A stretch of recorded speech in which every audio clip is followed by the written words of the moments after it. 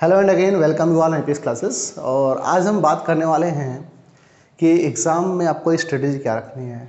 अब तक आपने जो पढ़ा है उसे रिवीजन करिए, नए टॉपिक को अब देखने की ज़रूरत नहीं है क्योंकि आपका पेपर महज 2 दिन और रह गया है। ठीक है, तो देखो सबसे पहले तो हम पूरा सिलेबस देख लेते हैं। देखो आपके पास ये एब्स्ट्रैक्ट अलजेब्रा का पूरा सिलेबस है, ये पूरा रियल एनालिसिस है, एलपीपी है, स्टैटिक्स एंड डायनामिक्स है। अब देखो इतने सारे चैप्टर एक बार में पढ़ के जाना है, मतलब कि आपके इस समय ऊपर क्या प्रेशर होगा, आपकी फीलिंग क्या होगी, ये आप ही समझ सकते हैं। दूसरा कोई समझ सकता है तब जब वो अगर इन दौर से गुजरा हो, तब मतलब इन दौर से गुजरा हो तब समझ सकता है कि आपके ऊपर फीलिंग क्या होगी, क्योंकि जो पढ़ेगा इतना चैप्टर एक बार वही बता सकता है कि आखिर क्या हो सकता है। तो देखो छोटा सा एक्सपीरियंस मेरे साथ भी है, क्योंकि जब ऑलमोस्ट एमएससी का एंट्रेंस देना होता था हम लोगों को एमएससी मैथमेटिक्स के लिए, तो हमने बीएससी पार्ट 1, 2, 3 की 4 किताबें, पार्ट 3 में तो ऐसे ही 5 किताब है, तो टोटल जो है 4 + 4 और +5 इतनी बुक्स को हम लोगों ने भी समराइज करके पढ़ा था फॉर एमसीक्यू। तो थोड़ा सा एक्सपीरियंस तो है बताने का कि कैसे से आप डील करेंगे। फिलहाल बिल्कुल अभी रिलैक्स हो जाइए, कुछ नहीं सोचना है, जो होगा सब अच्छा होगा, क्योंकि आपके पास 75 में, ठीक है, ओनली 50 क्वेश्चन करना है। आपको 25 क्वेश्चन का रिलैक्सेशन दिया गया है, तो बहुत ही अच्छी बात है। ये बीएससी सेकेंड ईयर के लिए बात हो रही है, ठीक है, बीएससी सेकेंड ईयर का सिलेबस लिखा है और उसी के बारे में बात करेंगे। अब देखो एक स्ट्रेटजी मैं शेयर करना चाहता हूँ। यहाँ पे आप एक काम कर सकते हैं, 25 क्वेश्चन आपको छोड़ना है, ठीक है, मतलब कि आप एक पार्ट अगर बिल्कुल ना पढ़ के जाए तब भी आपको कोई दिक्कत नहीं होगा, बट आप ऐसा नहीं करेंगे। आप क्या करेंगे, देखो जो एरिया आपका सबसे इंटरेस्टेड हो, आपको जो पेपर अच्छा लगता हो उसे तो पूरा पढ़ के जाइए।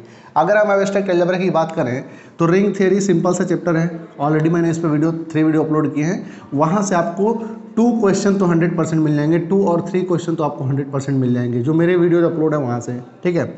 अब देखो सब रिंग है और आइडियल है, आपको सिंपल डिफिनीशन पढ़ना है, एग्जाम्पल पढ़ना है, बाकी कुछ नहीं है। पॉलिनोमियल रिंग अगर आप पढ़े हो तो ठीक है, नहीं तो इसकी सिर्फ डिफिनीशन देख लेना, बुक से सिर्फ डिफिनीशन देख लेना, ठीक है। और जो एमसीक्यूज आपको दिख सकते हैं पढ़ना।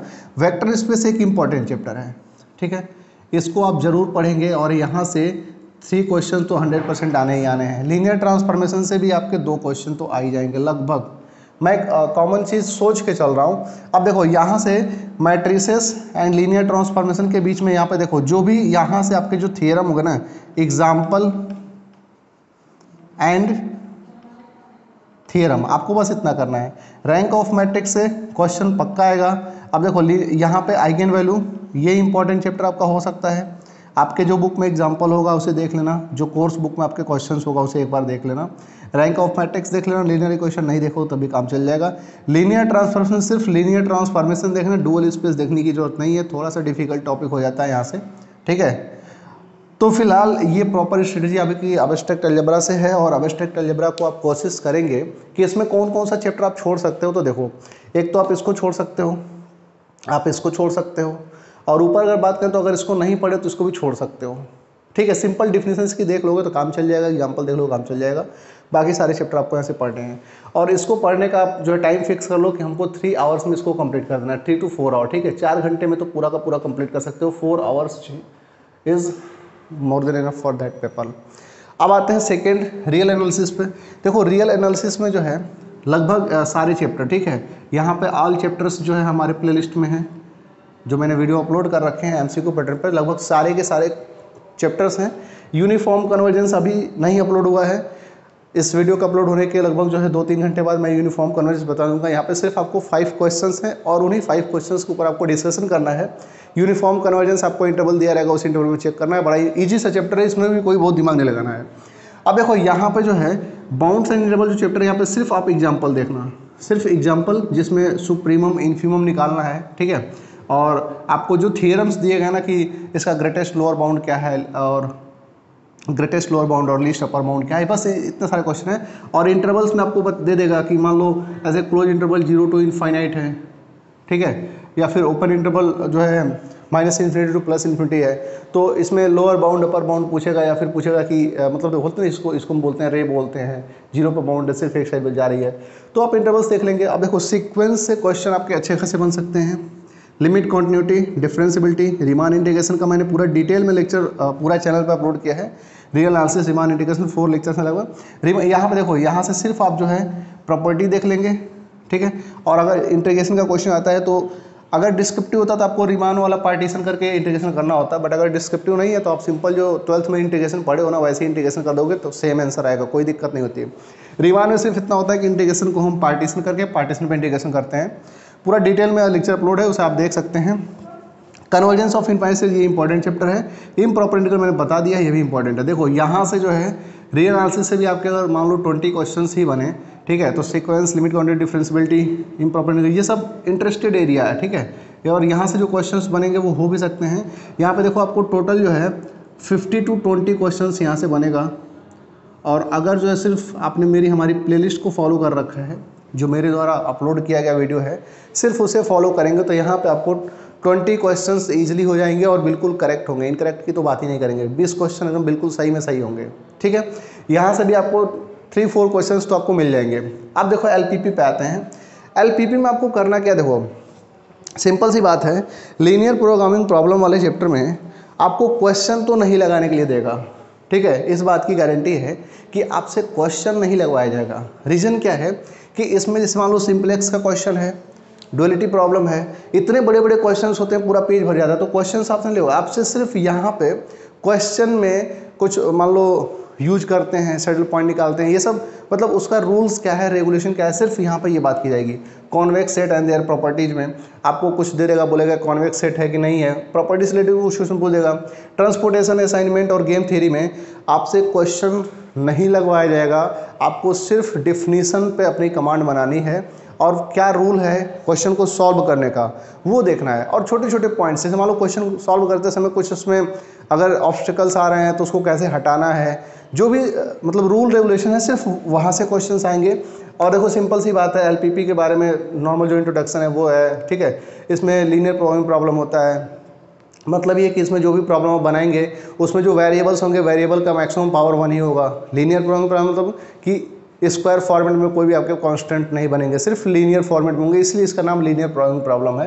तो सिंपल सी बस डिफिनीशन देख लेना, ठीक है। और यहाँ से आपके जो पेपर्स बनेंगे, अभी मैं कोशिश करता हूँ कि इस वीडियो का डिस्क्रिप्शन में मैं कुछ PDF अटैच कर दूँगा, जिसमें इनसे जो है रिलेटेड चैप्टर से प्रॉब्लम है, MCQs हैं और उनके आंसर भी दिए गए हैं, आप देख लेना, हो सकता है कि आपको कुछ हेल्प मिल जाए, ठीक है।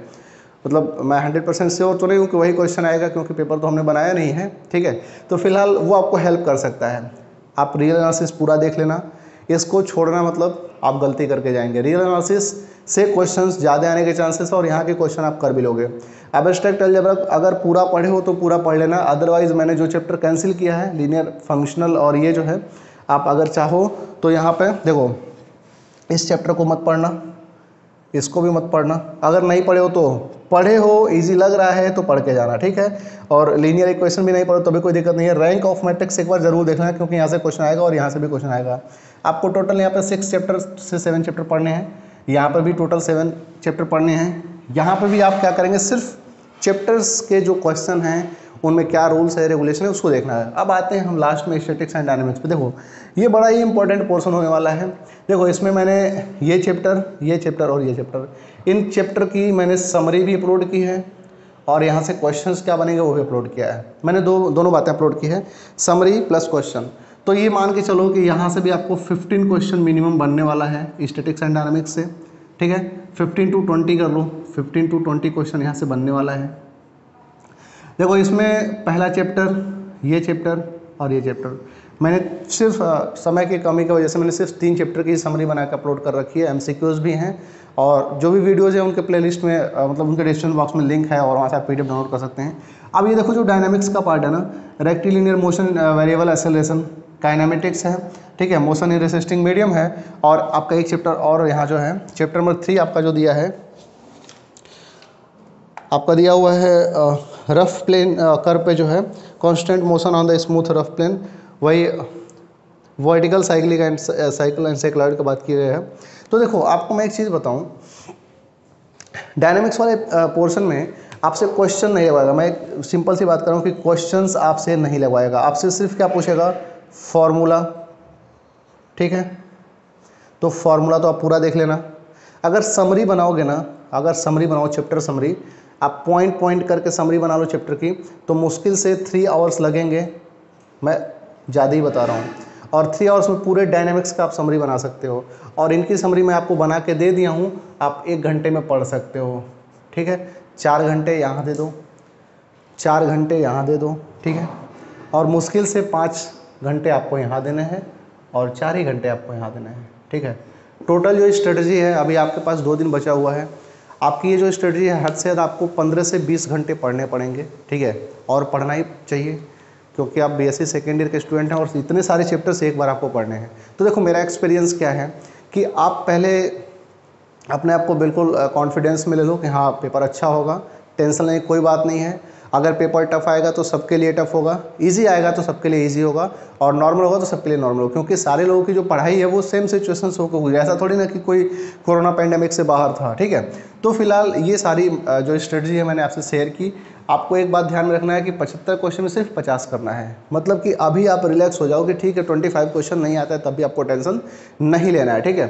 तो फिलहाल जो है ये सारा कुछ हो जाएगा।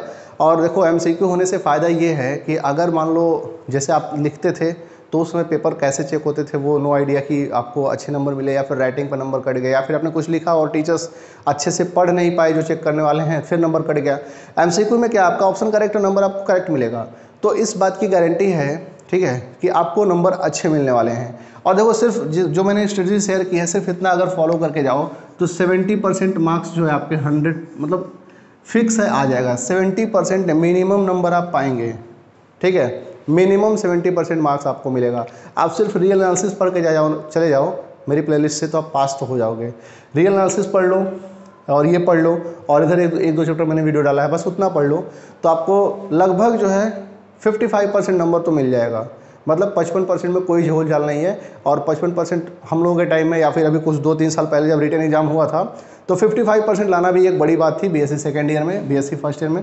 ऑब्वियसली मतलब 60% तो नंबर आ ही जाते हैं, बट डिग्री कॉलेज के बच्चों जो बच्चे हैं 60% उनके लिए काफ़ी जो है प्राउडफुल होता है कि मतलब 60% मार्क्स मेरे आए बीएससी में, ठीक है। अदरवाइज़ 55 से 60 के बीच में मैक्सिमम जो भीड़ है ना, जो जनता है, जो बच्चे हैं वो 55 से 60% के बीच में ही लाई करते हैं, ठीक है। तो चलो फिर ये रही आपकी स्ट्रेटजी।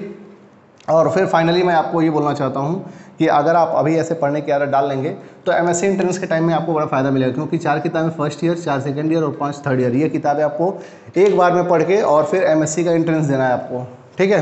एमएससी एंट्रेंस में आपको इतना पढ़ के जाना पड़ेगा। तो ये आपके लिए सिर्फ एक प्रैक्टिस है और all the best for your examination. और मैं उम्मीद करूंगा कि आप सारे लोगों के परसेंटेज जो है वो मिनिमम 60% प्लस हो, ठीक है। और अगर 70% प्लस पाते हो तो अच्छी बात है। रिजल्ट आएगा तो आप मुझे कमेंट सेक्शन में या फिर मेरा मोबाइल नंबर जिसके पास है तो आप मुझे ज़रूर बताएंगे कि आपके परसेंटेज कितना है। मुझे जान के खुशी होगी कि अगर आपका परसेंटेज 70% प्लस आए हों और मेरे द्वारा जितने भी एमसीक्यू लेक्चर अपलोड किए गए हैं अगर उनसे आपको बेनिफिट मिलता है तो ये मेरे लिए काफ़ी खुशी की बात होगी। चलिए फिर अपनी बातों को हम यहीं विराम देते हैं और आपके मंगल भविष्य की कामना करते हैं और ये उम्मीद करते हैं कि आप सारे लोग स्वस्थ होंगे, मस्त होंगे और पढ़ाई कर रहे होंगे। तो ये मेरा एक संदेश था छोटा सा आप लोगों के लिए। तो आपके आने वाले एग्जाम के लिए ढेर सारी शुभकामनाएं और आप खूब अच्छे नंबर से पास हो। Thank you for this particular session. Have a great day everyone, take care and bye.